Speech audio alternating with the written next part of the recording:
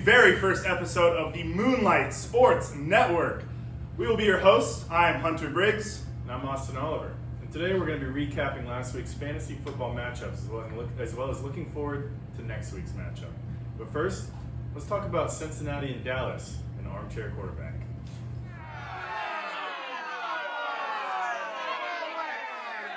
And welcome to Armchair Quarterback. Today we're going to look at the Cincinnati Bengals. They went into Denver on Monday night and quite literally shit the bed. They lost 28-3. No real highlights from the game other than the fact it might be the one to get Zach Taylor fired.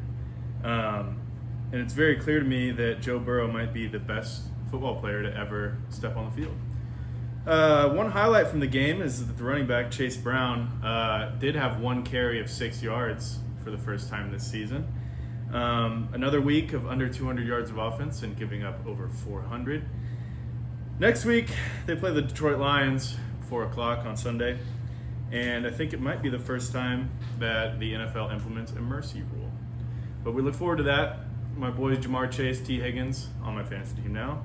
I'm going to get them in the locker room. I'm going to talk to them. We're going to get the ship right. And the Bengals are going to win this week. Austin, thank you so much for your Cincinnati Bengals analysis. Godspeed. Cowboys this past Sunday take on the Green Bay Packers, ended with a 40-40 tie. Why ties are still allowed in professional sports is beside me. I don't know where the Cowboys are going to finish up this year, but what I do know is their defense is trash. We're going to score 1,000,000 points, but we're going to give up 1,000,001. On a positive note, I'm very happy with our offseason acquisitions of George Pickens and Javonte Williams. With CeeDee Lamb being out, there's a huge weight on their shoulders to pick up where he left off, and so far we're proving not to be as one-dimensional. This upcoming Sunday, we're playing at 1 p.m. against the Jets, and I'm hoping we can get back to 500. Let's continue to talk about last week, and let's look at our weekly review.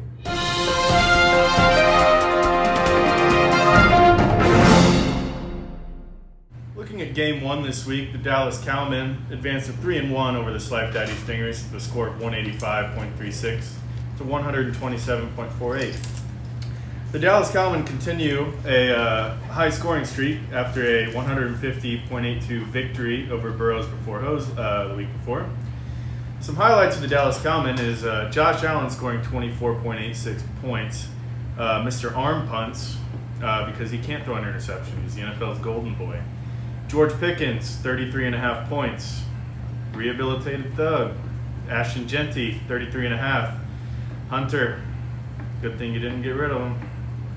Jaguars defense, what the hell's going on? They're scoring a lot of points this year. Florida men, I guess. David Montgomery, back to his usual self, 1.2 points. Last week was just fuck Wesley, I suppose. Looking at the Slife Daddy Stingers team, Lambjack's only having 10 points because of an injury, while Justin Fields sat on his bench with 27 points. You'll get him next time, champ. Once again, we have Justin Jefferson having a huge monster game with 22 points, putting the team on his back.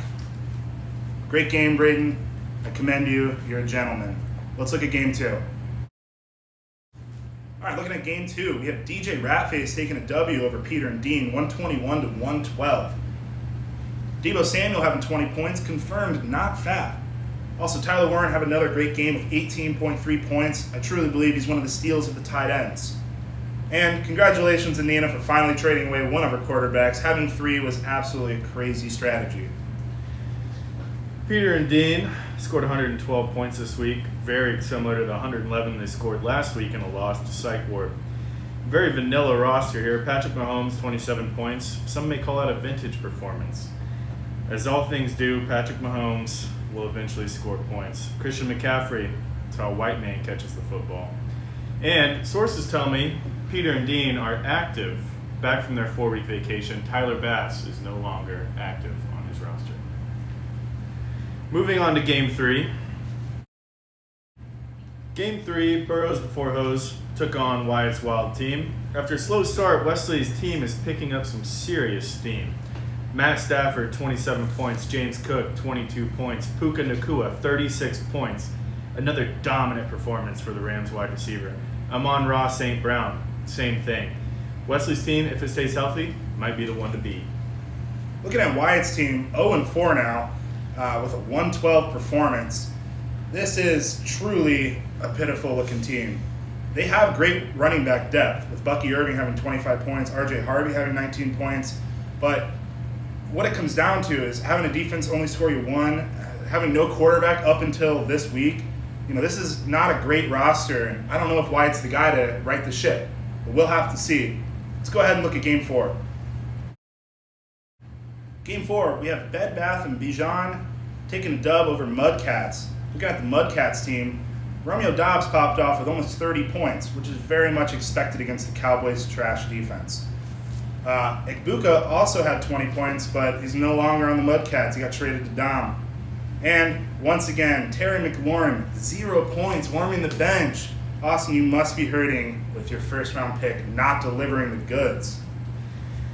Bed Bath & Bijan got on the board with a victory over the Mudcats. Fuck you, Adam.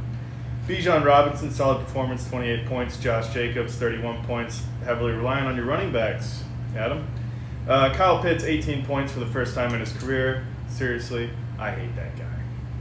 Looking at Game 5 next. Game 5 last week, Psych Ward took down next door neighbors. Can't say it was that difficult. Cody scored under 100 points. The Lions defense led the way with 27 points. Dan Campbell, gotta have a beer with him. Jahmyr Gibbs, 17 points, expected. Justin Herbert, 12 points. All I gotta say about that is LOL. A.J. Brown, another dominant performance with 2.7 points, proving why he is wide receiver 1 in the NFL. Taking a look at next door neighbors, 87 points on the board, not great.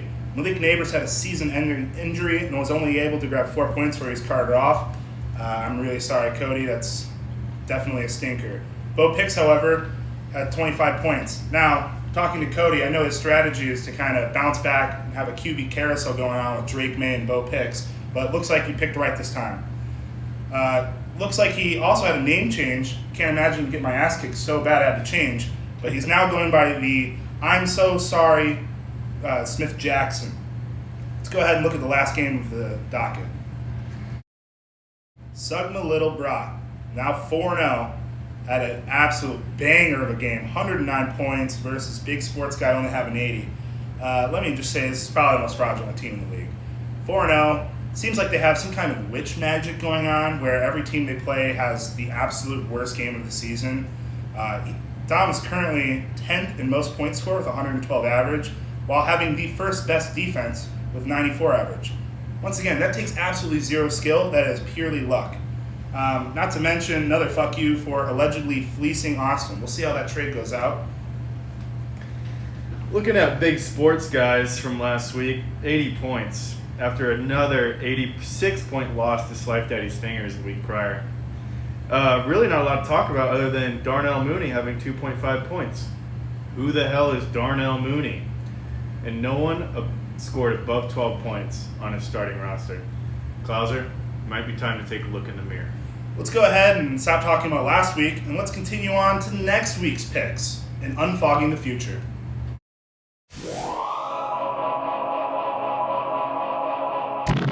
All right, welcome to Unfogging the Future. We're going to take a look at next week's games and make some predictions. First game we have on the slate, Peter and Dean versus I'm Sorry Smith Jackson. Now, Peter and Dean started being active now. I think they're a dangerous-ass team. Cody's team, very hurt. For this reason, I got to go Peter and Dean here. I like your reasoning. Peter and Dean's been scoring more points than Smith Jackson recently. But I'm going to go ahead and take Cody this week because I want to prevent him from crashing out anymore. Hey, that's very kind of you. Second game, got the Mudcats versus DJ Ratface. Now, looking at both of these teams, Mudcats put a lot of faith in the Bengals. And I don't know if they're up to par currently. With this big trade for Kenneth Walker, I feel like DJ Ratface does have an advantage going into this game. So I'm going to go there. You have to pick her. It's your future wife. I'm tempted to pick DJ Ratface just because it's easy to bet against yourself when playing fantasy football or rooting for your own team. I think the Bengals right the ship. Jamar Chase is in the locker room right now. I talked to him. We were on the phone. He's going to get this team right, ready for the Lions on Sunday. Jamar Chase, T. Higgins, big games this week. Mudcats. All right, looking at the next game here, Bed Bath & Dijon versus Psych Ward. Now, this is a pretty tough game. Bed Bath & Dijon finally righted the ship, got their first W. However, they're hit with a bunch of buys this week. 3 of their players out, so he's gonna have to rely on his bench here, and I don't think that's gonna be enough. I got Riley on this one, Psych Ward. Bed Bath & Dijon just took the win against me. Not even going to look at the rosters, not even going to talk about them. I'm picking Psych Ward. There you go. All right, our next game, Wyatt's Wild Team versus Big Sports Guy. This quite literally could be the toilet bowl preview. Who is going to sit on Santa's lap? Both these teams are genuinely bad. So, I don't know. Tie, I guess. What I can guarantee, they're going sub-100. Neither team scoring 100 points. Just for the sake of, looking out for Wyatt, let's get his first W here. I'm going him. He's going to go 1-4. 1-4 is a good bet. Wyatt was looking, looks like he made some trades. Got a new quarterback, Baker Mayfield, on Wyatt's Wild Team. Big sports guy. Are you a big sports guy? I don't know. Fantasy football is not looking good this year. I'm going to go ahead and say both teams here because I just want them both to have fun. There you go. All right, our 5th game, Slife Daddy Stingers versus Burrows with 4 O's. Now, looking at Wesley's team here, I just saw he has 3 of the top running backs in the league. His team is absolutely disgusting. That's just greedy. I gotta go Wesley here. I mean, nothing really to be said there. I'm sorry, Braden. You fought very valiantly, but I don't know if it's gonna be enough. Yeah, I'm probably in the same boat. Wesley's team, Burrows before Hose, it's looking pretty good. That wide receiver core, those running backs, I mean, it's all just looking up right. He started slow. He did his draft day research, and it's paying off. Burrows before Hose. All right, we have this last game here versus Dallas Cowman versus Sugma Little Brock. Now, I'm going to turn it over to Austin. Go ahead and pick first. All right, Sugma Little Brock. Dom, you're my best friend, all right? I love you to death. You took me in a moment of weakness. I traded away Amika Ibuka.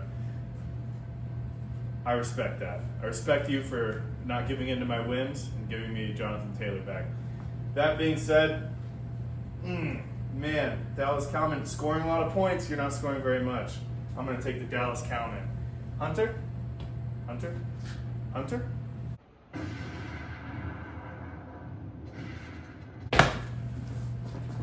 Let me tell you something, Richard. You're going down this weekend. You're going to feel the pain. You're the most fraudulent team there's ever been. Now, I scored 185 points. If I'd have started the right guy, I'd have been 215 points. And guess what? I'm making the right calls this week.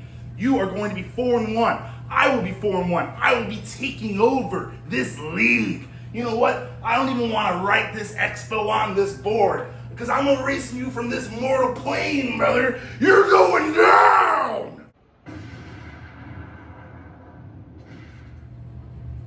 Hey, Hunter, what's on tap? God, yes.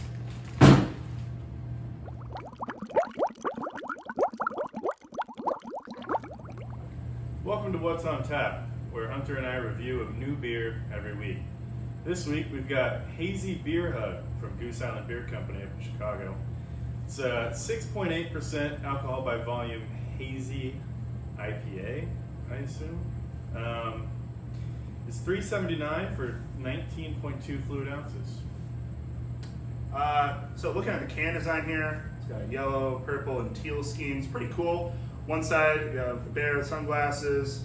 Same thing over here, except it has a Goose Island logo. This is Chicago native beer, so I'm a little partial to it. I think the can design is fantastic. Kind of reminds me of the boiler gold kind of yellow. Yeah.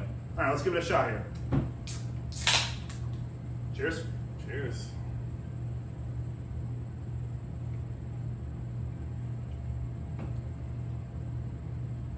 What do you think? Tastes like a hazy IPA. Yeah, I Tastes don't know. like every other. This doesn't seem special to me. It's a hazy IPA. I mean, I don't hate it. I would drink it for like, $7 for like a 16-ounce pint At a bar? at a bar. Yeah. Like I'd probably, if I planned on drinking the rest of the night, I probably would only have one of these. Yeah, I don't know about the crushability on these. I think man, maybe your buddy comes over for 4-pack, he hands you one of these, it's free. Like, oh, dude, thank you so much. I drink one. I think it's great. It's, you know. This is the kind of beer where you have like you accidentally drink 6 of them and you wake up with the worst hangover of your life and you black out. Yes. But it's like because you're drinking fancy, so you didn't want to drink Busch Light at this bar that has exposed lights and they serve a burger on a wooden tray. Right. So you can't get a Busch Light because you want to impress the girl you're with. You really want a Busch Light? Yeah, this might be the beer for you then. I would say out of 10, personally, I give it a 6. I suppose it's better than the average beer. Crushability is low, but it's not a bad tasting beer. I'm not upset that I'm drinking it right now, that's for sure. What do you got? I like the hazy IPAs better than regular IPAs. Regular IPAs taste like grass, and all beer just kind of tastes like beer. This will hurt your tummy. And you better drink this fast. It's 19 ounces, and if it gets warm, it's going to be the worst thing you've ever drank, probably. But I'm sure everyone is familiar with the IPA feeling. For sure. As far as hazy IPAs go, I'd probably give this 7.5. But I think I'm gonna have to agree, go middle of the road, give it a 6 overall. Not mad I'm drinking it. Not mad that there's not another one in the fridge either. Absolutely. All right, let's kick it off with our last segment of the day, which is my notes. What's the haps? Austin, let's let them know what the haps is.